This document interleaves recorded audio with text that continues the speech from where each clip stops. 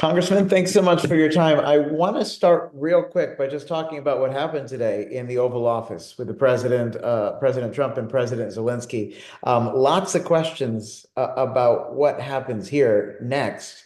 What's your take on what happened? Well, sorry, I've been busy the whole day today talking about immigration, tariffs, and other issues. So, I mean, I just heard about it, but I hope they can get back again and talk because if we're going to do peace, we need to have Ukraine involved and not just with Russia. Russia took over that land, and it happened in 2014, and it happened 3 years ago. But I hope they can get back again. I understand it got a little heated. It did get heated. You've been in DC a long time. Basically, President Trump kicked President Zelensky out of the White House and says, "Come back when you're ready for peace." Have you ever seen something like that before, like to that level?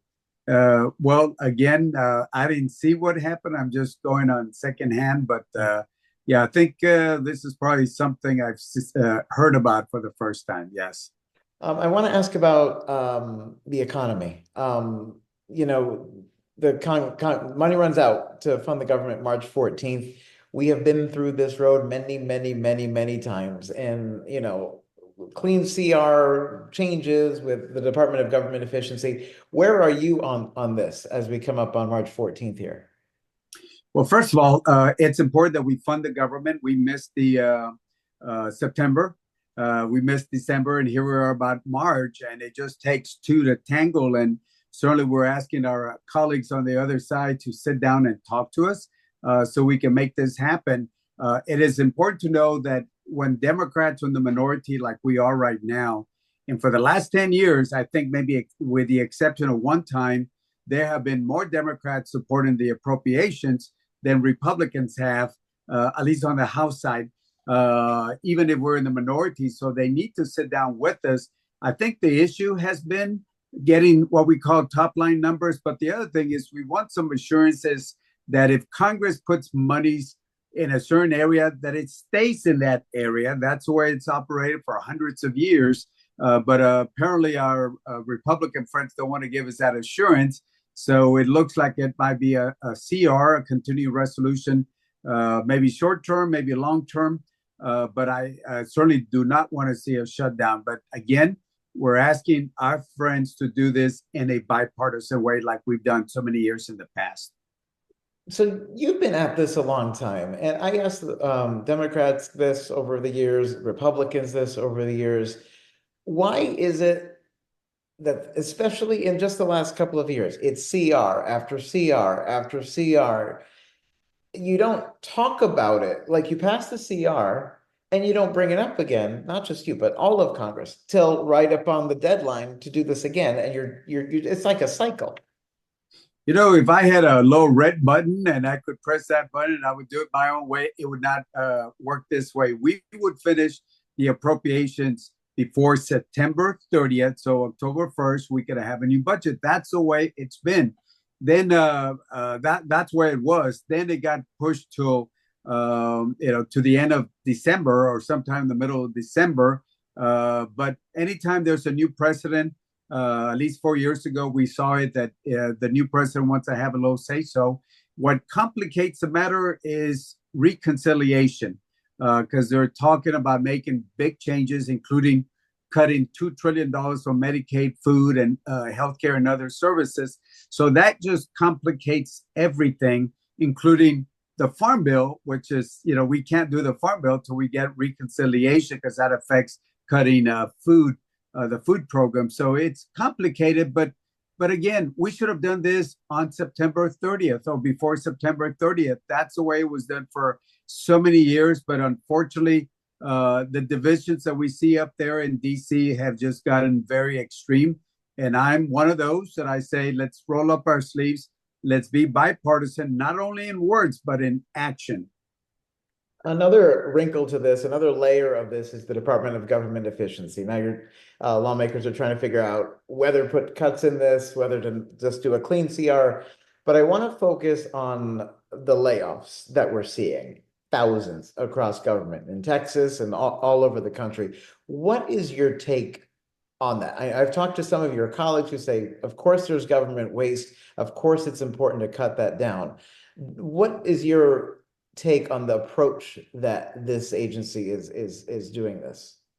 Look, do we have waste and duplication? Of course we do. If you look at the GA report that came out last year, it said that for over years, we've seen somewhere between $231 billion to maybe almost a little bit over $500 billion of waste, duplication, improper payment. So, we've seen that, but we got to act on it. Number one, there are 441 federal agencies. Some of them are very important, like the Department of Defense, Homeland, et cetera, transportation.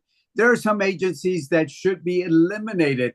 They haven't done anything since 2008, not even put out a report. So can we get together in a bipartisan way? Yes. But the way it's been done now, where, it just comes out of nowhere, for example, when you lay out or lay off 6,000 veterans, where these are people that were there in the military and then they got laid off. So if we're going to lay off certain people, let's at least look at the merits of that individual and not just say we're going to lay off, X amount of people itself. Again, I'm for cutting waste and duplication, reducing the deficit.